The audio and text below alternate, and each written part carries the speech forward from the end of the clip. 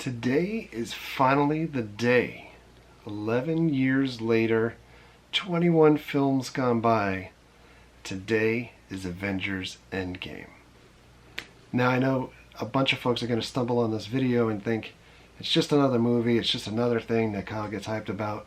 But quite honestly, 11 years in the making. I remember when Iron Man 1 was announced and I thought, what could they possibly be doing with a tertiary type character, a non-main character or essential character in the Marvel Universe? I mean, as far as characters go, with Spider-Man kind of being, top of list, and Hulk and so on. And then being super enthused knowing that they were going to bring together the Marvel Universe through the Avengers umbrella. I'm here to talk to you about the Avenger Initiative. All of this stuff that's behind me is just somewhat representative of what comics meant to me as a kid. As a kid, my life was consumed reading books and reading comics, playing sports, but every free moment obviously was not internet-based or video game consumed even at that point. I grew up with an overabundance of comic book reading. Any bit of money that I received always went Mike's Comic Hut in Flushing, New York, where it used to be located as part of the UA Quartet movie theater.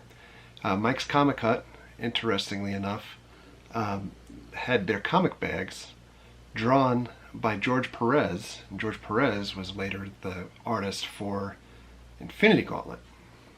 Mike was a pretty surly guy, obviously older and less enthusiastic about dealing with a much younger Kyle who had questions about comics and some of the pricing and things that I couldn't understand at the time, because even at that time comics were starting to elevate in pricing as collecting became a thing. A lot of my birthday gifts or Christmas gifts and things like that were comic subscriptions. Marvel Comics primarily. I was not much of a DC person. I did read DC from time to time, but my life was consumed with Marvel Comics.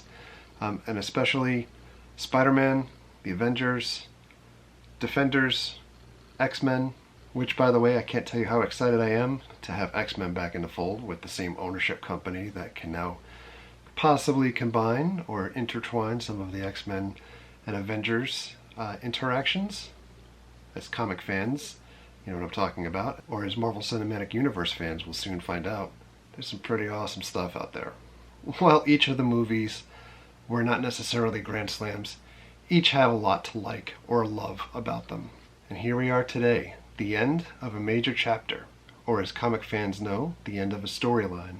We may have had a lot of tie-ins, crossovers, but today I expect a glorious end of it all, and a glorious 3-hour cinematic experience. So, without much more yammering, let's take a look back at what got us here, and let's get to the movies. Hello, Florida. Can we go now?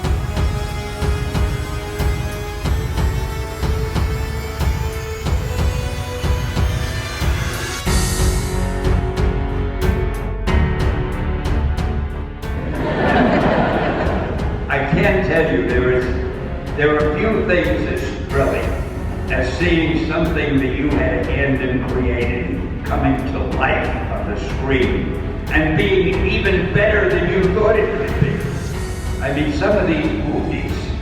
Oh, wait till you see the Avengers.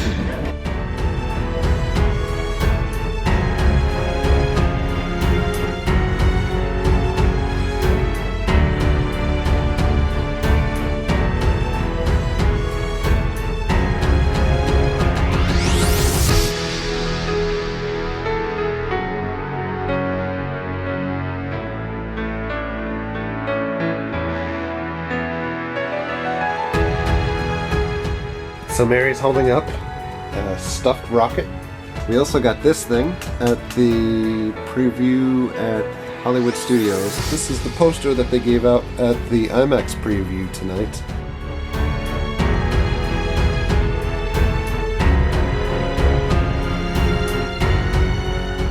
That movie was freaking awesome.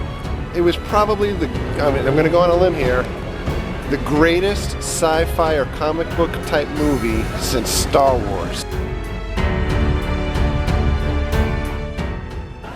Dave's become the official photographer in front of the Avengers sign. Look, yeah. Hey, friends and family discount, Dave. Can you come and shoot my kid's birthday party next week? I will. No problem.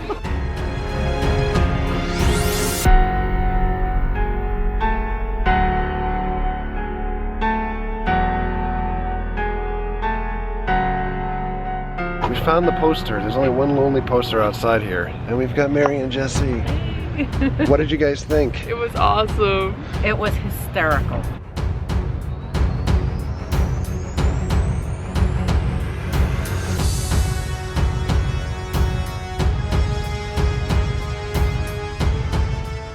So we saw this movie. It's called Civil War.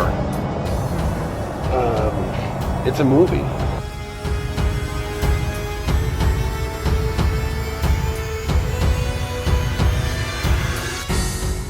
I thoroughly loved this movie.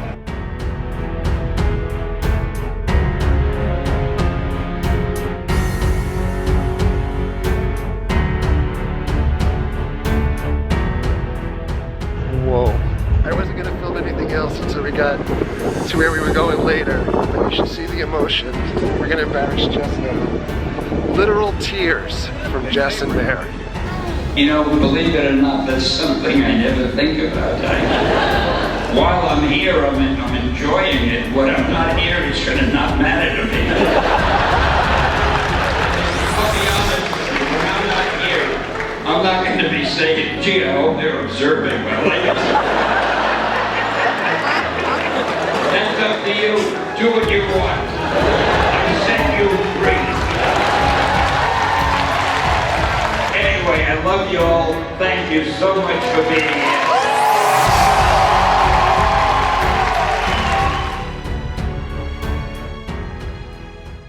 All right, we've made it here. We're super early. We've got about 40 minutes to go before the fan event starts, which is the first showing at 5 p.m. So we're gonna go see what's going on. All right, so we got some goodies as part of the fan event. Got this little hard stock poster, and we got these purple coins. I like the purple. They have a couple of different mixed drinks as usual. So we've got the Oh Snap and Infinity's End.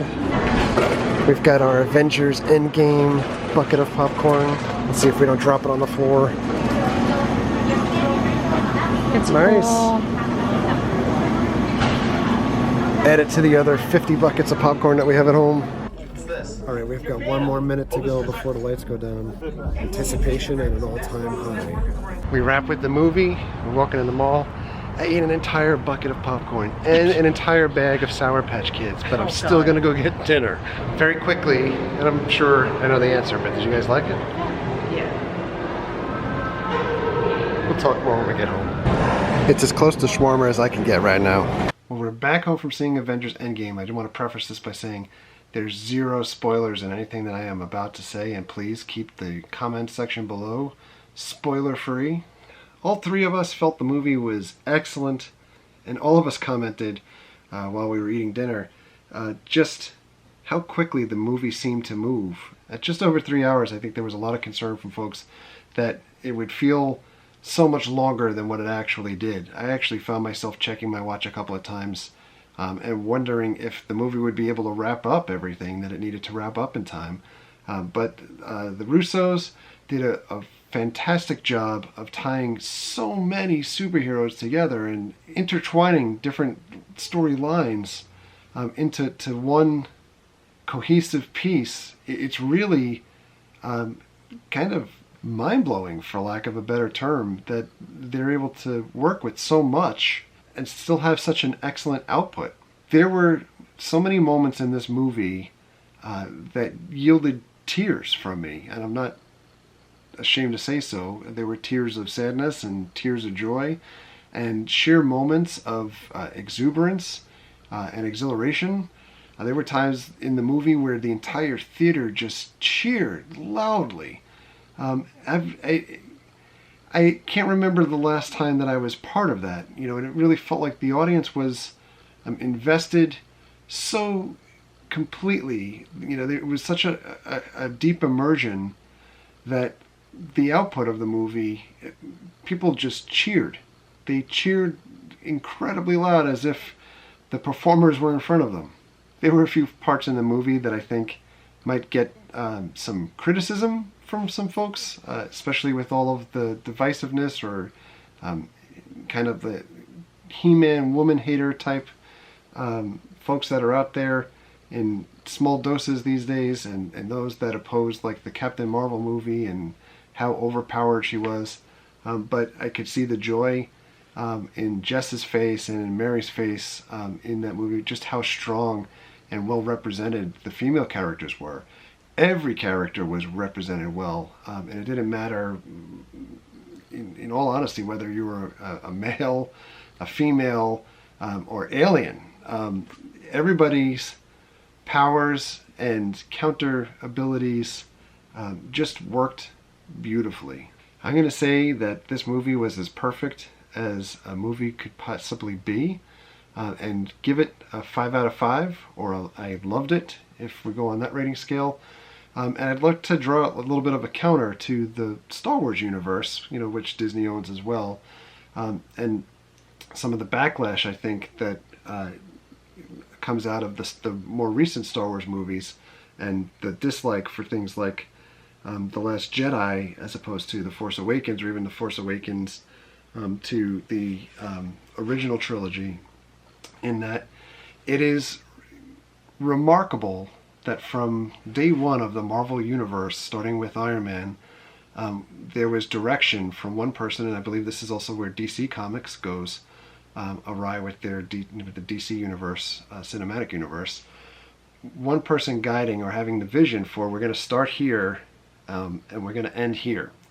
And we're going to have these steps along the way, a multi-phased approach to be able to have this eventual end game or end result in the Marvel Cinematic Universe.